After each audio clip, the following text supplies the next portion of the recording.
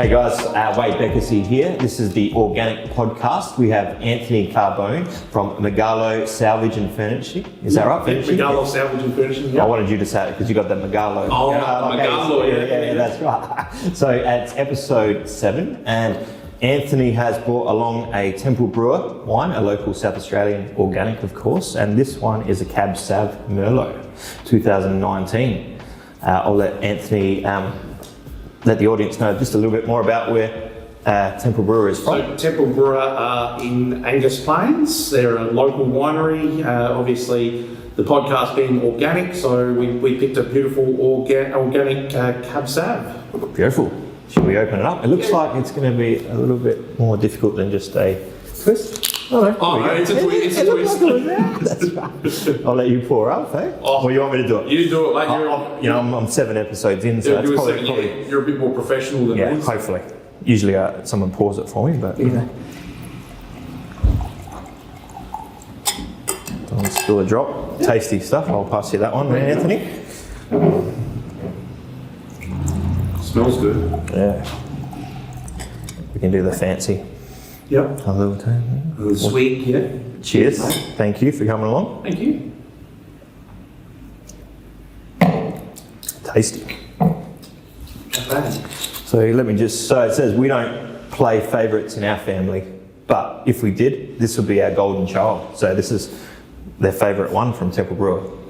All right, I'm looking forward to having a nice taste of that while we have a chat, Anthony. Yeah, sure. So, thanks for joining us on the podcast, the Organic Podcast. You're welcome. Yeah, Anthony, I suppose we met, just to give the audience a little bit of context, I think it's nearly 10 years ago now, is it? I've been going closer to 6, I reckon. You're thinking more 6? Rotary, I reckon it was, yeah. It was, that's when right. I first joined Rotary, it was about 6 years ago. Yeah, so that was great to have you along for a couple of years, that was good. Yeah. And back then your business was in HR and recruitment. That's right. So you've been in business for a while? I have, yes. Do you want to tell us a little bit about how you got into HR business? So I was a qualified safety manager, obviously bordering on HR as well. At the time I was working in local recruitment, obviously sourcing jobs for people that were unemployed. Yeah. And at the time I had a bit of an idea thinking, well, I could probably take this to a more private scale and work it there. So and that's basically where it started. And what challenges or experience or something you will probably want to share with our audience out of that experience? I know you're not currently in that business. I'll get to your current one. So yeah, with the challenges with that business was obviously where to get the clients from, a lot of sales work, it was a lot of groundwork. Then obviously, employees that would fall out of employment, it created a bit of a bad taste with the employers. So the conversion rate of the amount of contact with potential clients versus actually getting them into positions was... Correct, yeah, the conversion rate was shocking there. And also, so you put in a lot of hard work and a lot of activity from what I noticed. Absolutely. Look, it wasn't... So it wasn't due to not pushing that business to... And I mean, when it collapsed in 2017, we had 2 major contracts. One didn't place an order. The other one obviously went into liquidation, which on the ripple effect from that was your business. It hurt us badly. But at the same time, it was also there were a lot of other factors like economic factors, but also it was the conversion rate factor. Yeah. That's what it boiled down to. It was where's the next client going to come from, and then sometimes we had clients that struggled to pay, and that's where it just really, and then the other 2 businesses, one going bust, one not putting an order in, just killed it. And obviously cash is king for your business, and absolutely there was no cash coming in. So, but obviously you got some good learning experiences and some good business skills out of it. It was like doing a university course basically. Or jammed into a couple of years. Or jammed into nearly 4 years. It was nearly 4 years I had the business, and there were good times, but the bad outweighed the good, and when it died, it shook me a little bit, and then to find my feet again. So and I suppose that's when we connected at Rotary. So you were doing a bit of charity and philanthropy back then with your business. Are you still currently doing some forms? I am absolutely. So with Megalo now, I assist a church, so I operate out the back of a church. I've helped a few people with the op shop there, so there's an op shop that also operates there. So we donate a lot of our bric-a-brac goods that we don't sell to the op shop. Okay, excellent. And we also, we've had a couple of people who've come in with no furniture, and we've furnished their whole house for nothing. So I've just given them floor stock that they've wanted, and I've said, look, just take it and pay it forward. Fantastic. No, well done. That's great. And so I think part of us connecting with Rotary is that I run a regular annual golf day, as you know, and you're a bit of a golfer yourself when you get a chance to get out. When I get to play. Yeah. That's right. You don't mind getting out for a good 9 or 18 holes. Yeah. Has it been a little while since you've done that? Oh, look, I reckon 3-4 years since I last played golf. So I always go to get a set of clubs. I intend to play, and it just literally business, life just takes over all the time. But I plan to get back out there one day. Well, hopefully the 13th of November, we've got the annual golf day coming up at Westlake. So I'll be there for that one, I reckon. Hopefully I can pencil you in. Maybe even get you to sponsor it. You never know. Well, That's right. You can set up some of your bric-a-brac there. Yeah, I'll set up furniture. On a hole. Yeah, one of the holes will have like a couch or something there. Yeah. That's right. Yeah, they can sit down and have a glass of wine or something. That's it, right? Yeah, keep that in mind. Well, I suppose I've been playing a bit of golf of late. Obviously, the weather's not too bad. The weather's been great. Seeing it's still winter and normally raining most of the time. That's why I thought I'd mention that. But also another one of your passions is cars. So I thought we'd get into cars. We can go back to business in a minute. But I noticed a fair bit about cars lately in social media areas. You're a sucker for a Holden. I am very much so, yeah. What's your favourite Holden? My favourite would have to be the last of them, the VF Series 2 Redline, which was the top of the range Commodore with the 6.2 V8. I mean, ideally, I'd love to have a HSV GTSR, which was the last one with the big supercharged engine in it. But when you're looking at nearly $300,000, they're up to 300 now. They're up there now, so I have to sort of scale it back a bit more realistically. Yeah. My work vehicle's a Holden, so I've got a Crewman at the moment, V8 Crewman, which I love driving around in. Yeah, nice. So it's got the Megalo license You've got plate. You got the license plate. Yeah, nice. So everyone knows when you come. Oh, everyone does, and it's funny. A lot of people look at it, especially Greeks, and they go, "Are you Greek?" And I'm like, "No, I'm Italian." But like, that's such a great number plate. That's like, I know. Yeah, nice.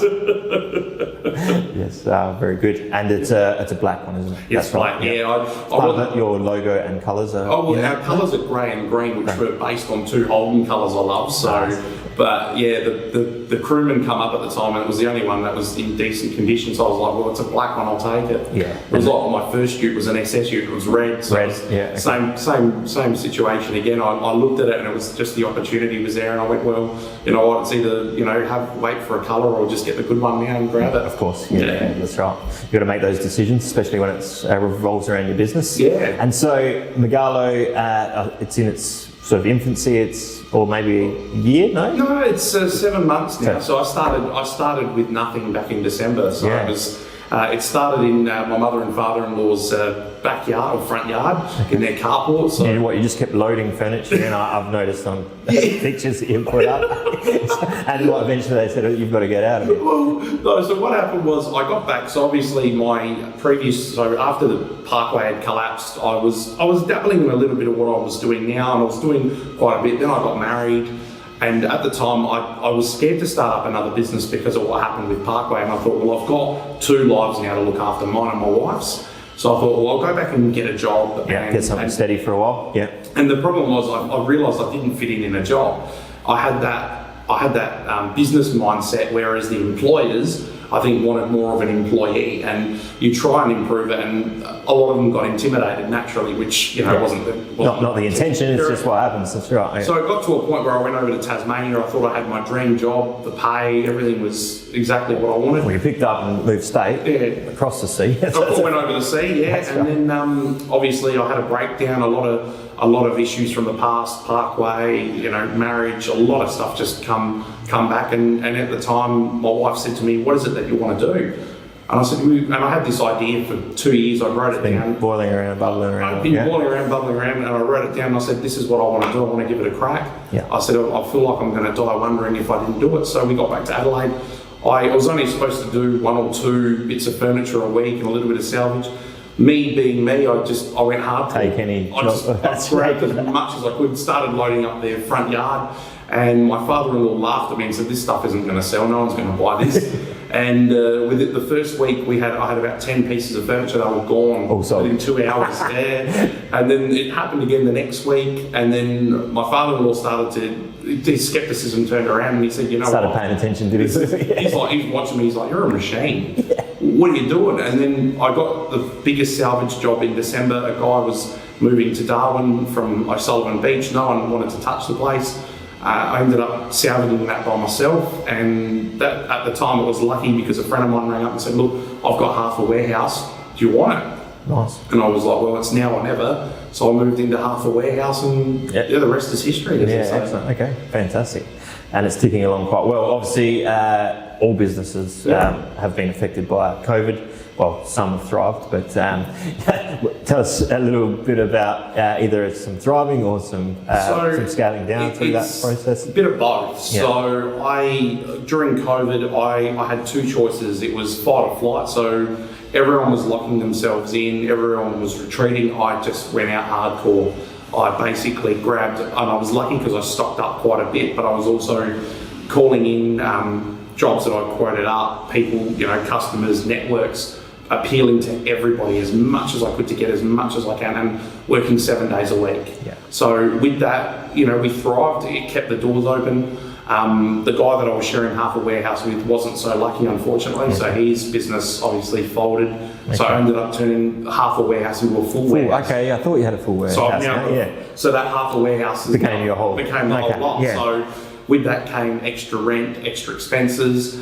Increased revenue. It was, and I mean, look, it was going well. So then I realised, okay, it's time now to get another staff member. So I hired another staff member, and it's literally just been go ever since. Excellent. So we've had look, some weeks have been good weeks, some weeks have been bad weeks. I mean, that's business, right? It is. It's hit and miss, and at the moment, there's some people want like particular items, and then the next week they don't want them. So you've got to strike while the iron's hot, I suppose, with some of this stuff, is it? Yeah. Basically, and I mean, look, there's a lot of home items, like furniture items, that are very stable, and I mean, it's the same with the salvage. There are some people that, they'll, if they want it, they'll go for it straight away. If they don't want it, they'll wait. Yeah, okay. And so I've noticed Megalo does salvage, but also recycling as well. So the recycling component is on selling and reusing items that have already been purchased and used. Is that right? Or correct. Do you do? I've noticed you actually refurbish some stuff as well. Absolutely. So repurpose as well. Maybe? So what we do at Megalo is, so the way the concept of the business is if you need your house cleared out or rubbish removed, we'll go in with the skip bin, we'll do all the work. If there's furniture that's salvageable, we'll actually buy it and take it off the bill. So it's like a cash back. Okay. So you save money that way. Okay. Yeah. The other benefit of that is if you want to sell that item on Gumtree, you're not waiting around for people and getting your time wasted and getting haggled. Yeah. And we give a fair valuation, so it's not like, I see a fridge. There's got to be profit in it for everyone, of course. But, I make it fair. I don't go, look, that fridge is worth $10. I actually buy it for like $100, $200, and if it's a decent fridge, then I'll sell it. Yeah, of course. The purpose of that is so we can recycle the furniture. Yeah. Now, we also work with custom furniture as well, so we've got pieces of furniture that we repurpose into custom furniture. We had a TV unit which was 20 years old. Nobody wanted it. It wasn't hideous. It was a good looking unit. Yeah. And then didn't fit the TV in it. Well, it didn't fit a TV in it. And the lady didn't like the shelves on it. And I said, look, the shelves actually come out. So she turned these two glass cupboards. We ended up cutting down the shelves to fit into the existing cupboards, and there was an extra 2 shelves for her per cupboard, and she was wrapped with that. So she ended up taking that, and we've actually done the same thing with an old entertainment unit where we've turned it into a wine rack. Fantastic. So it was this entertainment unit would have been $700-800 in it when new. So we've sanded it back, we've stained it, and we've put new wine racks in it, and it looks like a brand new wine rack basically. Yeah. Okay. Excellent. So there's a lot of recycling that we do in that aspect in our business. And I'm assuming when you do the salvage into the skip bins and stuff, you make sure that the items are recycled in the right components, or does that get taken care of by the people with the skip bin? A bit of both. So what we do, we assess what goes into the skip bin, because the common myth is people get a skip bin in and then they load it within an hour. Basically, they have so much rubbish, once they've thrown it in the bin, they've gone, okay, we've loaded it now, what do we do next? So what we do, we look at what's in there. So obviously hazardous items like, aerosols and all that can't go in, and the lights can't go in the bin. E-waste can go in the bin, but it takes up a lot of space. So what we do is we take that to the dump for the client, and basically anything that can... And they'll recycle that at the... They'll recycle it at the tip, and also if there is any other items that need to go to the dump that could benefit from going to the dump, we take it there for them. So mattresses can't go in a skip bin, we take that to the dump as well. So we also look at ways that we can also, increase the space in the skip bin for them going forward. So, and a lot of the time, a 9 cubic metre usually suffices for a big job, and that usually covers a 3-4 bedroom house. Okay, excellent. And what sort of a lead time if somebody was to go, okay, I need to use Megalo, what do you need for preparation to be able to do that? We basically need so we assess the job first. So I go through, assess the job, see what furniture is salvageable, see what the job entails, and then I quote it based on that. I mean, most jobs are an 8-hour job, so they're a 1-day job, 1-day turnaround.